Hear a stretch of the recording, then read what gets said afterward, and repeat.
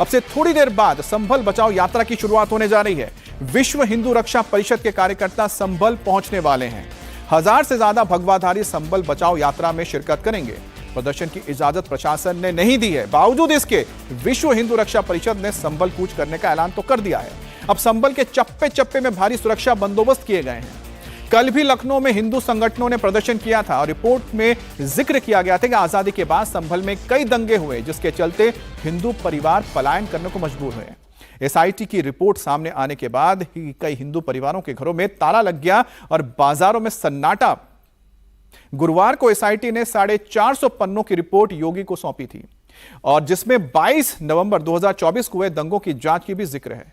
साथ ही साथ इतिहास में संभल में कितने और कब कब दंगे हुए इसका भी ब्यौरा दिया गया है। इसी रिपोर्ट के लीक होने के चलते बवाल तेज हो गया है। एसआईटी ने योगी सरकार को रिपोर्ट सौंपी थी, इसके बाद हिंदू संगठनों ने मोर्चा खोल दिया। रिपोर्ट में हिंदुओं की आबादी कम होने की बात की गई है, लिहाजा संभल बचाओ यात्रा की शुरुआत हिंदू संगठन कर रहे हैं। लीक हुई रिपोर्ट में कहा गया है कि दंगों की वजह से ज्यादातर हिंदू परिवार संभल छोड़ने को मजबूर हुए, जिसके बाद विश्व हिंदू रक्षा परिषद ने संभल बचाओ यात्रा की शुरुआत कर दी है और संभल में डेमोग्राफी चेंज हुई, ऐसा रिपोर्ट में कहा गया है। और हिंदू संगठन अब पलायन कर गए हिंदू परिवारों को फिर से संभल लाने के लिए, बसाने के लिए कोशिश करना चाह रहे हैं।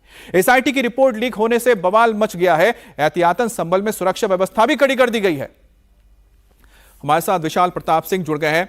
विशाल, रिपोर्ट आने के बाद जिस तरह से हिंदू रक्षा वाहिनी जो एक संगठन है, जो इस वक्त मोर्चा खोल चुकी है, ऐलान कर चुकी है कि वो कूद कर रही है, जाने वाली है संभल, ऐसे में सरकार का इस पर स्टैंड क्या है? हिंदू संगठन तो सामने आ रहे हैं।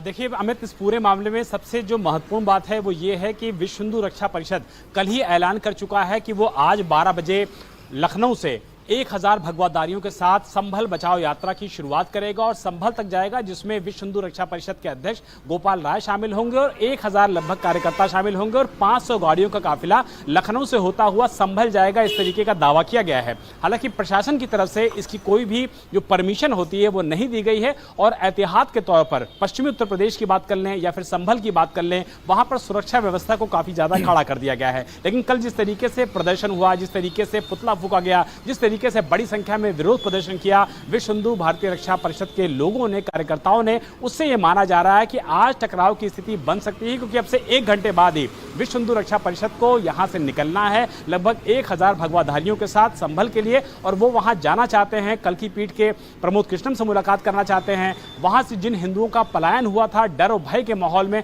उन सबको वापस लाना चाहते हैं और एक नए संभल की इबारत लिखना चाहते हैं। लेकिन ये कितना सफल होंगे, कितना प्रशासन की परमिशन मिलेगी वहां तक पहुंचने में, ये एक बड़ा सवाल है। लेकिन यह माना जा रहा है कि आज लखनऊ में टकराव की स्थिति देखने को मिल सकती है प्रशासन और विश्व हिंदू रक्षा परिषद के लोगों के बीच में, क्योंकि परमिशन फिलहाल इस यात्रा को अभी तक नहीं दी गई है। लेकिन इस रिपोर्ट के जरिए विशाल जो तथ्य सामने आया वो तो वाकई में चौंकाने वाले हैं कि 45% से हिंदुओं की संख्या 15% तक आ जाना, यह अपने आप में बहुत बड़ा सवाल खड़ा करती है कि यह भी हुआ है आजादी के बाद।